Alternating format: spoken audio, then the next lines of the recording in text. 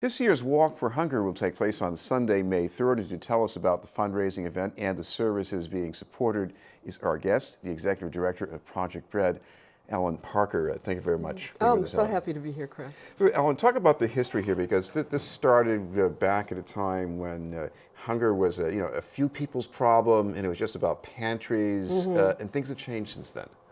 So we started in 1969. You remember, it was like the time of protest and people going out in the streets and calling for more justice and more action. And over the years, this walk has sustained itself. The first year, it raised $25,000, and now we raise close to $4 million. But I think the most wonderful thing about the event is that we raise all of that money, $70, $80 at a time. So the level of participation is very, very high, and it's very energizing. So what I think really we've been very faithful to our roots. Our roots were social justice, and that's really where we are today. So as the needs of people who are food insecure have changed, and that you're certainly right, and they've changed largely because people aren't paid enough. I would say 3/4 of the people who are helped through Project Bread are working, but they're not making enough, even with 2 jobs, to keep heart and soul together.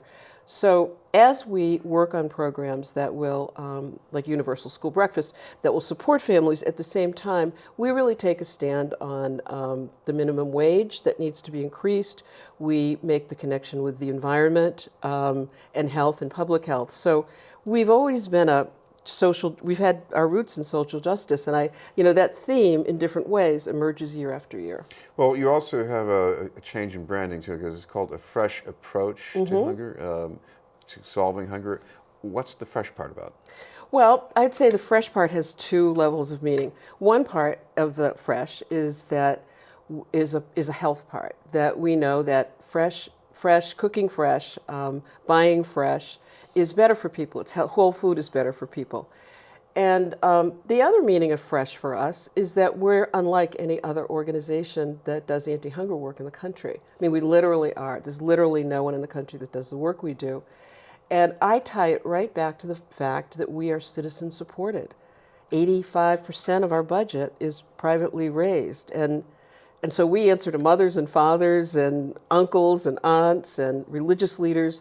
And I think it allows us to be brave and to keep our eye on the health and the well-being of the hungry person themselves. What about getting more of that fresh food to people? It is better for health, obviously, but how does that work? Making it more affordable or just easier to find? Well, making it affordable, there's a number of ways. I mean, we've been working with the state and the federal government to get coupons for people. They're called double coupons. So you buy 1 bunch of broccoli and you get 2. So it's kind of the 2 for 1. We've worked for a long time with the city with Bounty Bucks, which is a variant on the 2 for 1. We have given scholarships for CSAs with our local health center. So if everyone is familiar with that, you kind of pay in advance for produce. So instead of paying $1,000, which is really, hard for someone to do, they might only have to pay $300. And recently there's been a change in the food stamp regulation that they can actually pay with their monthly food stamps in 3 increments. So, it just makes it more convenient for people to do that. I think that closely connected to that is learning how to cook. Simple cooking is so important for people. And that's a really fun thing that we do in the neighborhoods, that we work with our chefs. And then we find people who are like fantastic cooks who are living there, and they kind of join us, and we sort of get together and think about, what's simple to cook, what's easy to cook, and what tastes good. Yeah. Now, of course, the other thing you're trying to make easier for people is to take part in the walk and to raise funds for the walk. You've got an app for this now? We do. We have an app on the phone. It's Walk for Hunger. It's great. It's great. It's very, it was more advanced than I was, to tell you the truth, when I first saw it. But it's great. So yeah, people can, you can get us on any one of the things, that the digital platforms that people use. Right. Now, what about going on this walk? The weather forecast looks pretty good for Sunday, May 3rd. It's not going to be as chilly, we hope.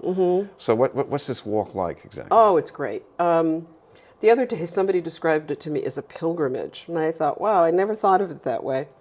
It's a 20-mile walk. It starts at Boston Common, and it ends at Boston Common. People go various. I mean, it's not a race. It's not a competition. It's really a time to get out, enjoy the spring, which is plenty to be enjoying this year, and raise money for a cause that is really people-centered.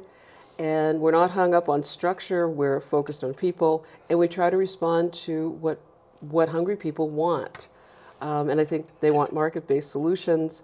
They want good, solid systems in schools, for example, in kindergartens where kids can get healthy food. And that's what we support, as well as we support sort of the right now ask for somebody in crisis. If people want to get started, want to take part, maybe start even sharing their own participation on social media, what's the best first step for them to do that? The best first step is to go to our website, www.projectbread.org. And there's a clear, big tab that says Walk for Hunger, and it just lays out everything. The instructions are so clear. Even I can understand them and get on them. It's just great. You can create your own team. You can send out notes from your team page. So everything is individualized, and it's really neat. It's great.